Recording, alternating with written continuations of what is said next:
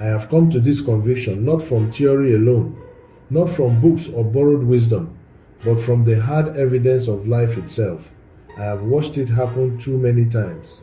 Friends, colleagues, family members, and accomplished men of means, influence, and experience step away from active life in the name of retirement, only to begin a quiet descent into weakness, loneliness, illness, and all too often an early grave.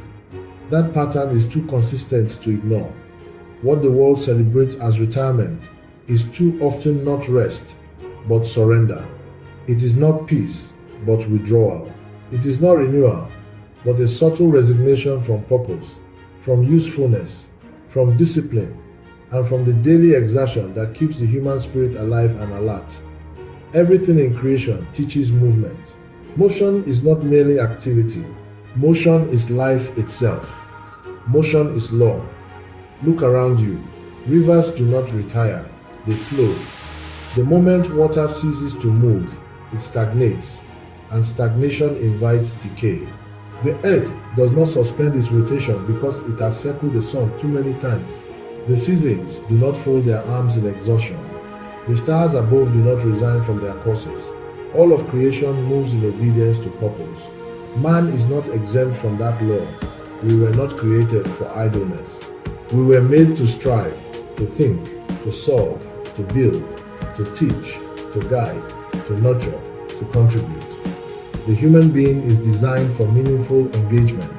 The moment a man steps out of the current of purposeful living and settles into the stagnant pond called retirement, something begins to die. It may not happen in one day, but it begins. First, the mind loses edge, then the body loses spark, then the soul begins to dim.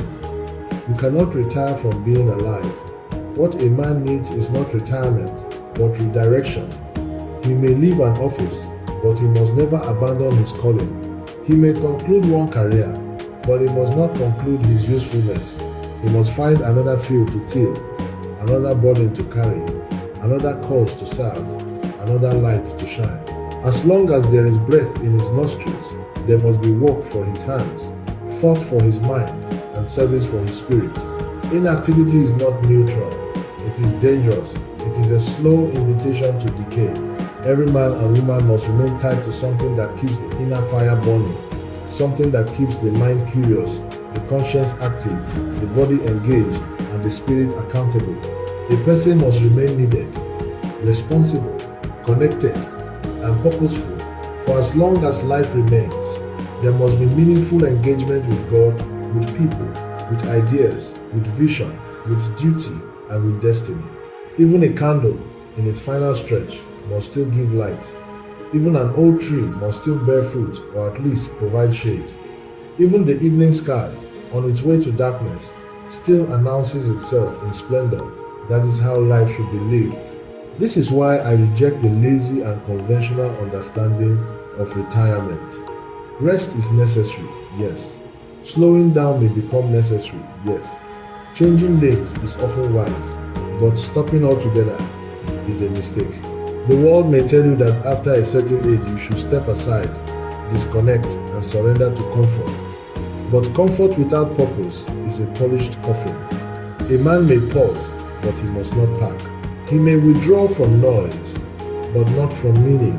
He may rest his body, but never retire his mind, his gifts, his experience, or his relevance. To stop moving is to begin rusting. To rust is to begin rotting. And to rot is to die before death arrives.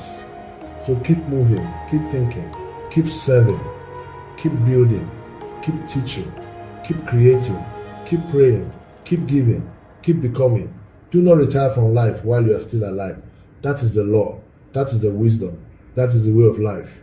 For deeper analysis across a wide spectrum of geopolitical, economic, and social issues, and to explore a rich archive of thought-provoking articles, I invite you to visit my website at www.oblongmedia.net.